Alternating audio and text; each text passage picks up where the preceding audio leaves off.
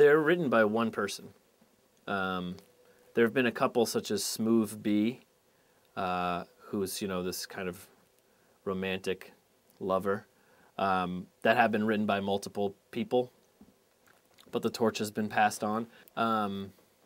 There's also Jim Anchower, which is written by a writer named Joe Garden. He's the stoner whose car is forever broken down. Jean Teasdale, who is actually originally the Onion's humor columnist, but she's just kind of got this really depressing suburban life and a loveless marriage, but manages to be chipper throughout it all. And even though she is apparently barren, is still written by a woman named Maria Schneider, who used to be a staff writer and editor and left a couple years ago, but we still have her do that column. The columns are so personal and specific that it would be really hard for someone to pick up and take over for someone else after so many years of kind of nuance and layer. And, you know, they're often writing about things from their own life that's translated into this character. So, yeah. I think it informs a great deal. You know, it's funny, you can sort of pinpoint sometimes in the meeting, like, oh, so obviously, Seth, you watched a lot of Seinfeld over the weekend, you know, because all the jokes are about Seinfeld, or TV commercials that you would find during Seinfeld.